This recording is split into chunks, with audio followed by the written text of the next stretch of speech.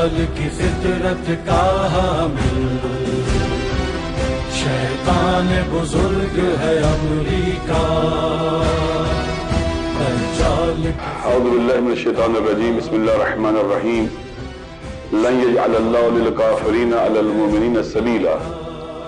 قرآن مجید میں خدا متعال نے ارشاد فرمایا کہ اللہ تعالیٰ نے کفار کے، مشرکین کے، مسلمانوں پر غلبے کے لیے کوئی دریچہ وا نہیں کیا، کوئی راستہ نہیں چھوڑا. اس آیت سے تاریخ اسلام کے تمام علماء اور فقہاء نے یہ بات استنباط کی، استخراج کی، اخذ کی کہ کفار و مشرکین کو مسلمانوں پر غالب نہیں ہونے دینا، ان کے غلبے کے راستے میں رکاوٹ بننا ہے. اس وقت عالمی استکباری قوتیں امریکہ کی سرپرستی میں پورے جہان اسلام پر غلبے کے لیے اور غالب رہنے کے لیے مصروف عمل ہیں. امریکہ اور اس کی اتحادی قوتیں، انہوں نے پوری دنیا کو بالعموم اور مسلمان ممالک کو بالخصوص اپنے نشانے پر رکھا ہے. وہ جہان اسلام کو اور پورے ایشیا کو، جو اس کا اپوننٹ بنتا ہے، اپنے کنٹرول میں رکھنے کے لیے مختلف قسم کی اسٹریٹجیز اور منصوبے لے کے آئے ہیں. اس وقت جہان اسلام میں جتنی بھی مصیبتیں ہیں اور پوری دنیا میں، ان کی سب سے بڑی وجہ امریکہ کی ہیجمونی، غلبہ اور اس کو ہر حال میں باقی رکھنے کی امریکی خواہش ہے. اسی بنیاد کے اوپر اسرائیل کا غاصب وجود ہمارے خطے میں، حساس علاقے میں، ویسٹرن ایشیا کے اندر اس کو مضبوط کیا گیا، اور اسی طرح سے جنوبی ایشیا کے اندر کشمیر کے مسلمانوں کا حق غصب کیا گیا فلسطینی مسلمانوں کی طرح. اور انڈیا اس خطے کا اسرائیل ہے، ہمارے جنوبی ایشیا کا، جو امریکہ کی ہیجمونی کے لیے آج کل کام کر رہا ہے، اس کے غلبے کے لیے کام کر رہا ہے اور امریکہ کو ایکسس دے رہا ہے اس حساس علاقے کے اندر. اسی طرح سے اسرائیل بھی اور ان کی ہماری قوتیں بھی.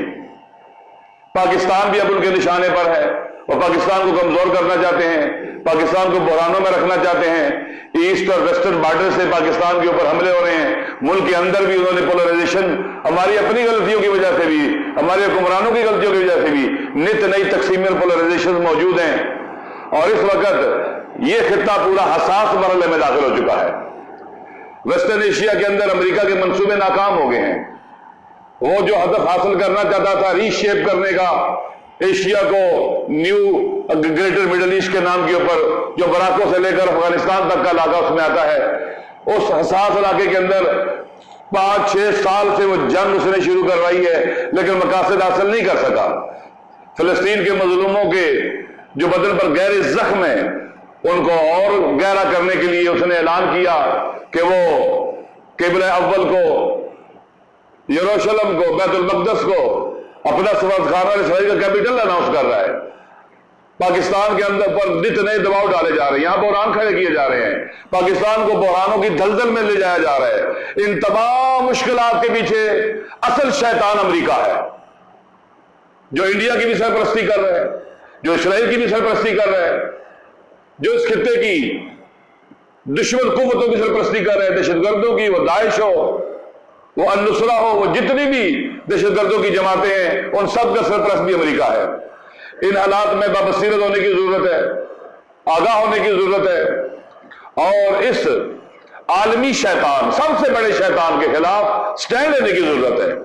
میری پاکستان کے تمام علماء، زعماء، خطباء، ذاکرین، واعظین، سیاسی شخصیات، بااثر شخصیات، اساتید، جوان، نوجوان، کسان، مزدور، مسلمان، غیر مسلم، جو بھی ہیں، ان سے اپیل ہے کہ 13 مئی کو اس عالمی شیطان کے مقابلے میں احتجاج کرنے کے لیے فلسطین، کشمیر، یمن سے لے کر پوری دنیا کے مظلوموں کے ساتھ اظہار یکجہتی کرنے کے لیے ہم نے گھروں سے نکلنا ہے، اپنی قوم کو بیدار کرنا ہے اور ان مظلوموں کو پیغام دینا ہے کہ ہم آپ کے ساتھ ہیں اور ہم آپ کے دشمن کے مقابلے میں ہیں۔ انشاءاللہ یہ اللہ کے وعدے ہیں، اگر مظلوموں کی حمایت میں ہم نکلیں گے یہ عبادت بھی ہوگا اور اللہ تعالیٰ مظلوموں کو طاقتور بنائے گا اور ظالم سرنگوں ہوں گے۔ یہ تاریخ گواہ ہے، اگر فرعون نہیں رہا، نمرود نہیں رہا، شداد نہیں رہا، یزید نہیں رہا، تو انشاءاللہ آج کا فرعون، نمرود اور یزید بھی شکست کھائے گا۔ شرط یہ ہے کہ حسینی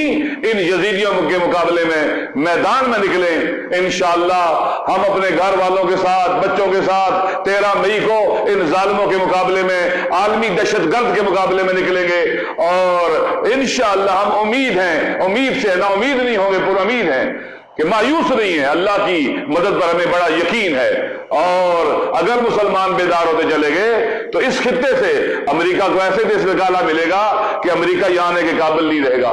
حساس مرحلہ ہے، اس ریجن کے اندر امریکہ کی شکست کا اثر وہی ہوگا جو افغانستان میں سوویت یونین کی شکست کا ہوا تھا، پھر امریکہ باقی نہیں رہ سکے گا۔